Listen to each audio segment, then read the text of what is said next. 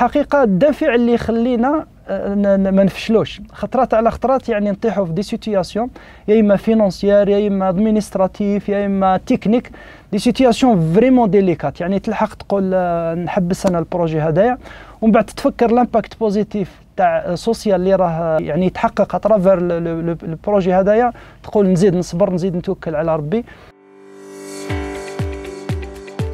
قاسم بن بكير بلوح، مؤسس ومسير مستثمرة شومبيدور الفلاحية متخصصة في إنتاج الفطر الطازج وإنتاج الكومبوست.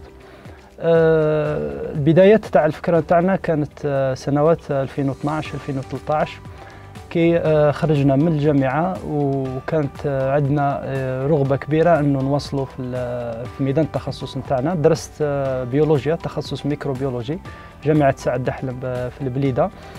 سبحان الله في وقت الجامعة كانت عندي فكرة، يعني ديما كنت نروح المارشي نشوف الشامبينيون في الكونسيرف، نقول كيفاش الشامبينيون هذا تزرع وكيفاش يتاكل وكيفاش يتنتج.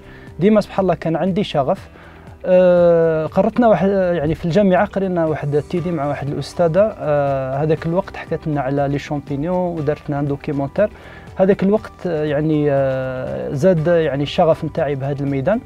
وواش زاد اكثر يعني من الشغف نتاعي هو علاقه مع صديق عندي هنا في غردايه. هذا الصديق كان عنده مختبر للزراعه النسيجيه لاستنبات النخيل. سبحان الله هذاك عطالي الدافع الاكبر. وعلاش؟ خاطرش بامكانيات صغيره نجم ندير بها مشروع ناجح. هذاك الوقت بديت دراسه يعني نظريه ودراسه تقنيه تاع المشروع. لحقت الى نتيجه في هذاك الوقت انه باه ننجح في الضمان هذا تاع الشامبينيون يلزم ننجح في انتاج بذور الفطر، لا برودكسيون دو ميسيليوم دو شامبينيون. وعلاش؟ خاطر كي درت دراسه السوق لقيت باللي اللي كانوا يزرعوا الشامبينيون في هذاك الوقت وكانوا قلال، كانوا واحد الزوج برك ولا ثلاثه على المستوى الوطني، كانوا يستوردوا هذه الماده يستوردوها من الخارج.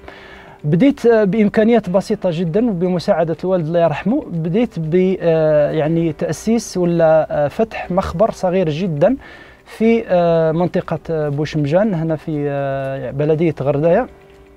هذاك الوقت يعني بعد صعوبات وبعد تجارب لمدة تقريبا 6 شهور سخر ربي نجحنا في إنتاج أول بذور للفطر المحاري. هذاك الوقت بدينا بهذاك الفطر لأنه فطر سهل الإنتاج نتاعو وسهل الزراعة نتاعو. اول نتفكر يعني ديما ما ننساش القصه هذه، يعني اول فطر يعني كي نجح ويعني ونبت ديته للدار، شافته الوالده بدات تبكي ما حبتش كاع تحبس. قلت لها علاش تبكي؟ شغل قالت لك حسيت انه يعني قاعد التعب هذا والعوام هذو الحمد لله كاين فيها نتيجه.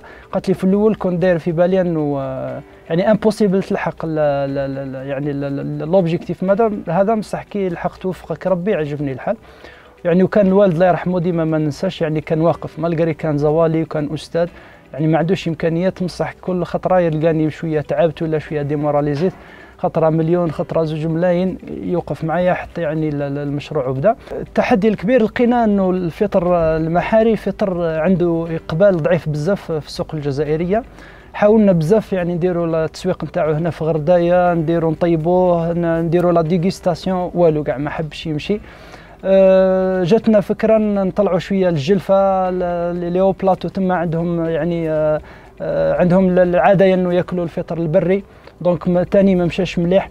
ومن بعد قدمنا شويه رحنا للعاصمه. نتفكر كي اليوم ديت معايا دي باركات تاع شامبينيون بلوروت، دونك كان اول منتج يدير الفطر المحاري يخدم له ان امبالاج بروفيسيونيل هي شامبيدور. هذاك الوقت ديناه المارشي تاع علي ملاح نشفي كيما اليوم.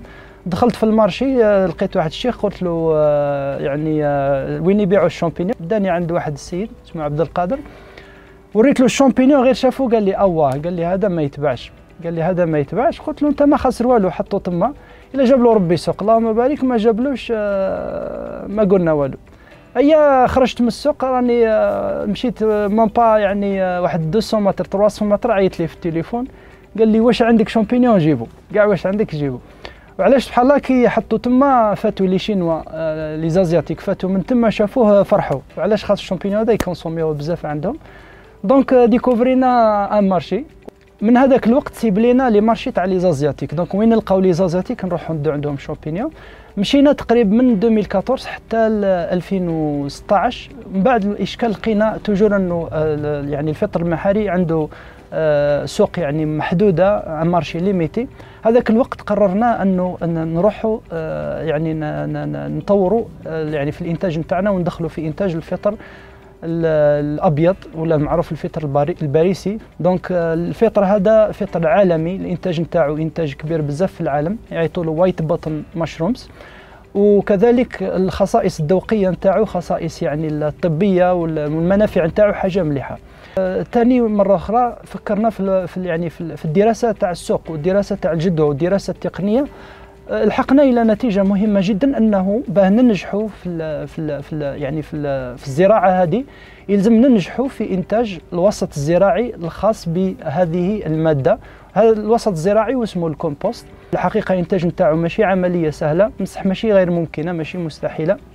دونك بالطريقه هذه انا رايحين نضمنوا استقلاليه المشروع نتاعنا، وغادي نوفروا وننميوا ان شاء الله في الاقتصاد الوطني باذن الله. في نهايه 2018 بدينا يعني في المزرعه هذه ننتجوا الكومبوست وننتجوا الفطر الابيض لاول مره، والحمد لله سهل ربي. يعني الفطر كان خرج بنوعيه جيده.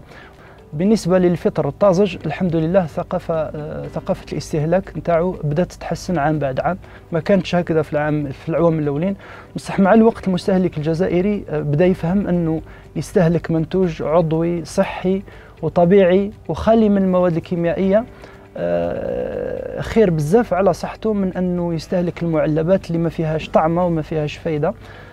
الحمد لله من لي زامباكت بوزيتيف تاع المشروع ولا مستثمر تشومبيدور، الحمد لله يعني هي يقول لك لافونتاج تاع المشاريع الاقتصاديه فيه دوره اقتصاديه وفيه دوره اجتماعيه في نفس الوقت. دونك راه كاين دوره اقتصاديه راه تسرى، وفي نفس الوقت راه كاين دوره اجتماعيه بالتبع. دونك يا اما عن طريق التوظيف المباشر ولا عن طريق التوظيف الغير مباشر. دونك يعني لامباكت تاع لو بروجي سوسيال باذن الله ستان امباكت يعني بوزيتيف ومشجع، وهو في الحقيقه الدافع اللي يخلينا ما نفشلوش. خطرات على خطرات يعني نطيحوا في دي سيتياسيون يا اما فينانسيير يا اما ادمينستراتيف يا اما تكنيك، دي سيتياسيون فريمون ديليكات. يعني تلحق تقول نحبس انا البروجي هذايا ومن بعد تفكر لامباكت بوزيتيف تاع سوسيال اللي راه يعني يتحقق اترافير البروجي هذايا، تقول نزيد نصبر نزيد نتوكل على ربي. قال لك ومن يخاف صعود الجبال يعيش ابد الدهر بين الحفر.